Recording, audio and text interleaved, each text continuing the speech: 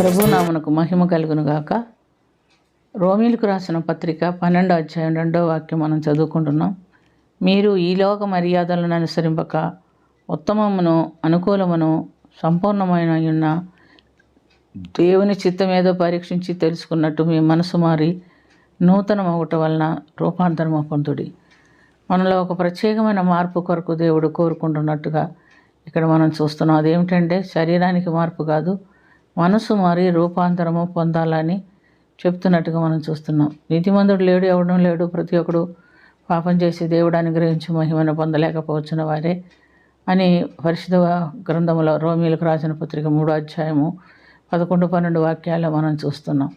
అయితే మనము పాపులంగా ఉంటే పరలోకం చేరలేం, కానీ ఆ పాపపు మనసును మార్చుకొని పరిశుద్ధమైన మనసు చేర్చుకొని దేవుని రాజ్యం చేరటం దేవుని అవసరం. అయితే దీని కొరకు మనం ఏం చేస్తామో, మేలు చేయవాడు లేడు, ఒకడైనను లేడు. అయితే రోమా 3:22-24 వరకు మనం చూస్తే యేసుక్రీస్తు నందు నుంచి విశ్వాసం ఉంచేవాడు ఉచితముగా నీతిమంతులుగా తీర్చబడుతున్నాడని దేవుని వాక్యంలో మనం గమనిస్తున్నాం. కాబట్టి నమ్మువారు ఆయన కృపచేతనే క్రీస్తు యేసునందు విమోచనం ద్వారా ఉచితముగా నీతిమంతులుగా తీర్చబడుచున్నాము.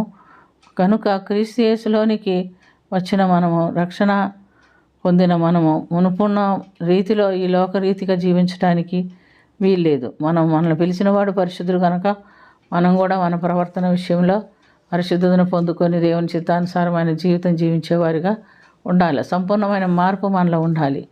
ఉదాహరణకు మనం చూసినప్పుడు సేనాదయ్యం పెట్టిన వాడిని చూస్తున్నాం.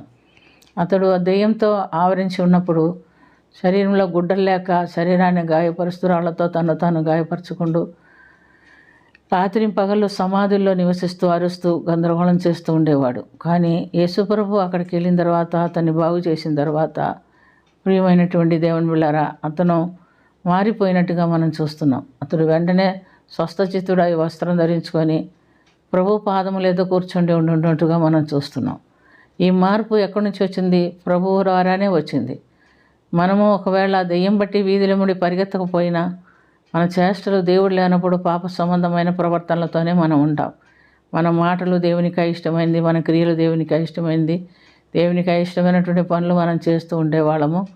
అయితే ఎప్పుడైతే ప్రభునందు విశ్వాసం ఉంచుతామో, మారు మనసు పొందుతామో, ప్రభువుని మన హృదయంలో చేర్చుకుంటామో మనలో మార్పు ఖచ్చితంగా కనపడాలి. మన మనసు మార్చుకొని దేవునికి అంగీకారమైన జీవితం జీవించేవారిగా ఉండాలి అని దేవుని వాక్యం ద్వారా మనము గమనిస్తున్నాం.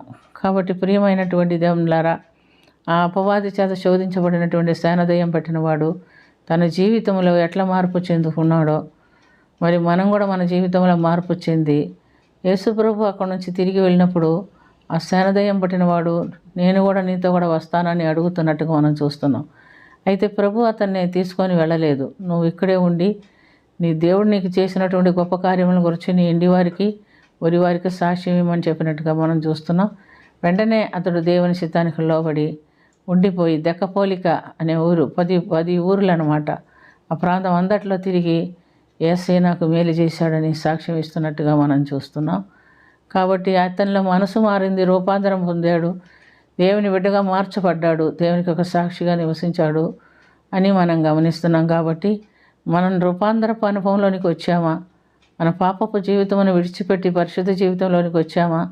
వస్తే మనం దేవునికి సాక్షులుగా ఉండగలుగుతున్నామా?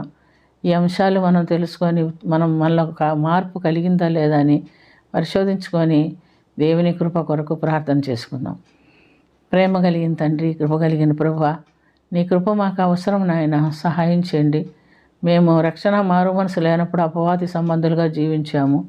కానీ ఇప్పుడు లోక సంబంధమైన వాటిని విడిచిపెట్టి నీకు సాక్షులుగా, నీకు ఇష్టమైన బిడ్డగా ఈ లోకంలో జీవించడానికి మాకందరికీ సహాయం చేయమని, దీవించమని ప్రార్థన ఆలకించిన దేవా నీకు స్తుతి స్తోత్రం చెల్లించుకొంచు యేసుక్రీస్తు పుణ్యనామమున మిక్కిలి వినయంతో అడిగి వేడుకొంచున్నాము తండ్రి.